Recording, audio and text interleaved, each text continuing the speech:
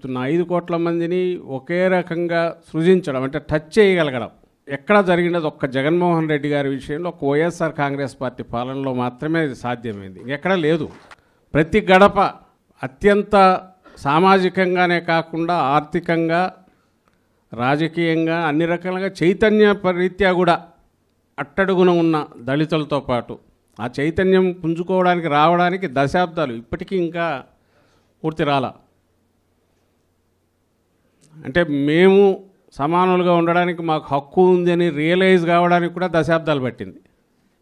Equal opportunities in real sense ఏదైతే బాబాసాహెబ్ అంబేద్కర్ గారు ఆయన ఆ రోజు కలగనడం కాకుండా రాజ్యాంగం రూపంలో కూడా మనకు బహుకరించారు, మన ముందు పెట్టారు, మన చేతికి అందించిపోతే కలలు కనడం అందరం కంటాం. బ్రహ్మాండంగా సమాజం బాగుంటే బాగుంటుంది అనుకోవడంలో ఏమంటారు ఆదర్శప్రాయంగా ఆలోచించే వాళ్ళు ఉంటారు, సంఘ సంస్కర్తలు ఉన్నారు.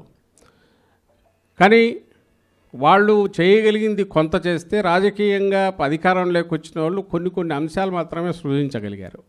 అది ఒక్క జగన్మోహన్ రెడ్డి గారు మాత్రమే ఇన్ని దశాబ్దాల తర్వాత రాజ్యాంగం వచ్చిన తర్వాత భారతదేశానికే కాదు ప్రపంచంలో ఏదైనా సరే అసమానతలున్న సొసైటీని ఈక్వాలిటీకి తీసుకురావడానికి ఒక కరదీపికలాగా భారత రాజ్యాంగం అంబేద్కర్ గారు మనకిచ్చింది. ఆ రాజ్యాంగం ఏదైతే ఉందో దాన్ని ఆచరణలో దాని స్పిరిట్ను పూర్తిగా అవగాహన చేసుకొని 5 ఏళ్ల కాలంలోనే దాన్ని పూర్తిగా అమలు చేసే ప్రయత్నం చేసి అందులో చాలా వరకు విజయం సాధించిన నాయకుడు ఎవరంటే జగన్మోహన్ రెడ్డి గారు. ఇందులో డౌట్. ఒక సంస్కర్తలాగానో పూర్తిగా ఆ ఫలితం ఎట్లుంటుందో నాకు అనవసరం. నాకు 5 ఏళ్ళు తీర్పు ఇచ్చారు. ఈ 5 ఏళ్లలో నేను అనుకున్నది పూర్తి చేయాలి, వీలైనంతగా వీళ్ళకు హ్యాండ్ హోల్డింగ్ చేసి పైకి తీసుకొని రావాలి ఈ సెక్షన్స్ను.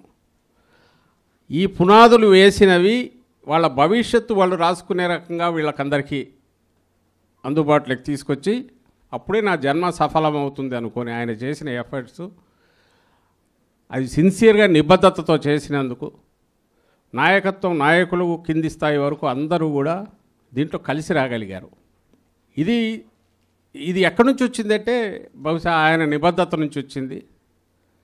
ఆ మొక్కవని దీక్ష దాన్ని ఇది నమ్మిన దానికి ఎక్కడ కాంప్రమైజ్ కాకుండా నిలబడడం వల్ల వచ్చింది.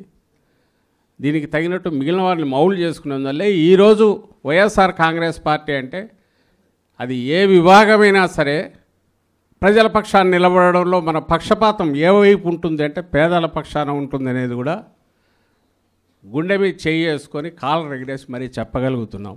వేరే వాళ్ళు సంవత్సరం కూడా తిరగకముందే ఎక్కడ బయటికి రాలేని పరిస్థితి వచ్చింది అటువైపు. ఎందుకంటే రావడమే ఒక మోసపూరితమైన ఆలోచనతో. గతానికి ఇప్పటికి తేడా ఏంటంటే మోర్ ఫైన్ ట్యూన్ చూసి ఈసారి ఈ దోపిడీని ఎవడన్నా ప్రశ్నిస్తాడేమో అని ముందే ఆ సోకాల్డ్ రెడ్ బుక్ అనే దాన్ని తీసుకొచ్చి నోరు ఎత్తితే ఎక్కడికక్కడ ఎట్లా కేసులు పెట్టాలనే ఆ ధోరణిలో అది కొత్తది తీసుకొచ్చాయి. దాని ద్వారా తప్పుడు కేసులు వీటిని పెట్టి ఇంకో పక్క పట్టపగలే దోపిడీ దాంట్లో కొత్త విధానాలు తీసుకొచ్చి ఈ 10 నెలలు నడిపారు. బహుశా ఇట్లే ధీమా ఉంటే మళ్ళీ ఎన్నికలు వచ్చేంతవరకు మాదే కదా అనే ఓ ధీమా వాళ్ళకు ఉండొచ్చు. వైఎస్ఆర్ కాంగ్రెస్ పార్టీ అంటే ఆయన మాటల్లో చెప్పినట్టే నా ఎస్సీ, నా ఎస్టీ, నా బీసీ, నా మైనారిటీ అని ఏదైతే చెప్తున్నారో అది అట్లాగే కంటిన్యూ అవుతుంది. మేము దేవుడిగా భావించే అంబేద్కర్ అది ఎప్పుడు జనసమ్మర్దంతో బాగా ఉండాలి. రాష్ట్రం ఎక్కడి నుంచి వచ్చినా అది ఒక టూరిస్ట్ ప్లేస్గా కూడా ఉండాలి.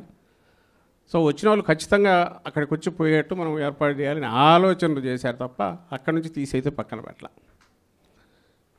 అది ప్రభుత్వమే చేపట్టింది. మనకున్న అంత దీంట్లో కూడా చేపట్టి పూర్తి చేయాలనుకున్నారు, పూర్తి చేశారు. సో దాంట్లో ఏం కనిపిస్తుంది? ఆయన ఎంత సిన్సియర్గా నిబద్ధతతో దాని గురించి ఆలోచించారని అది కనపడుతుంది. At the same time Chandrababu వైపు నుంచి ఏం కనిపిస్తుంది? రాగానే దానికి ఎట్లా ముసుగు వేసేయాలి, దాన్ని అక్కడి నుంచి కనపడకుండా ఎట్లా చేయాలనే ఆలోచన ఆయన ధోరణిలో కనపడుతుంది. దానికోసమే ఇంతకుముందు అన్నట్టు ఒకటి చీకట్లో పోయి వాళ్ళే గూండాల్లాగా పోయి పగలగొట్టాలని చూశారు. ఈ మధ్య ఫోటోలు చూశాను, మొత్తం గాలికి వదిలేశారు, చెత్త చెదారం అంతా పడి ఉంది.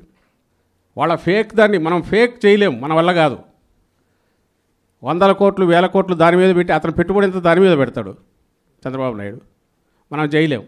మనది ఆర్గానిక్, మనది రియల్. మన కోసం ఎవరైతే నిలబడుతున్నారో పార్టీ కోసం అందరూ రెడీగా ఉన్నారు. ఓన్లీ వీళ్ళ మధ్య కనెక్టివిటీ లేదు, కోఆర్డినేషన్ లేదు. ఇంతకంటే పెద్ద సైన్యం అక్కర్లా. జనం మధ్య ఉండడమే కాకుండా ఇప్పుడున్న ప్రభుత్వం దుష్టపాలన ఎండగట్టడానికి అవసరమైన ఏమున్నా కూడా వాటిని ఎత్తి చూపడం, మనమందరం కలిసికట్టుగా ఒకే తాటి మీద నెక్స్ట్ ఎన్నికలు టార్గెట్గా గతంలో కంటే మెరుగైన ఘన విజయంతో జగన్మోహన్ రెడ్డి గారు మళ్ళీ దాంట్లోకి రావాలి. అది చారిత్రక ఆవశ్యకత. అలాగే వచ్చిన తర్వాత ఈసారి ఎవరిని వదిలిపెట్టమనేది కూడా వాళ్ళకి తెలుస్తుంది. మీరు కూడా అది గుర్తుపెట్టుకోండి. ఈసారి నేను ఇంతకుముందు అన్నాను, ఈసారి కొంచెం రాజకీయంగా కూడా ఆలోచిద్దామని. ఇంతకుముందు ఆలోచించారు, ఆయన కేవలం సంస్కర్తలాగా ఉన్నాడు. ఈసారి రాజకీయంగా కూడా ఆలోచిద్దాం. మన వాళ్ళని మనం ప్రొటెక్ట్ చేసుకోవడమే కాదు, మన వాళ్ళని ఇబ్బందిని పెట్టిన వాళ్ళను ఆ ఇబ్బంది ఎట్లుంటుంది అనేది రెండింతలుగా వాళ్ళకు చూపించే కార్యక్రమం కూడా మనం ఖచ్చితంగా చేయాల్సి ఉంటుంది.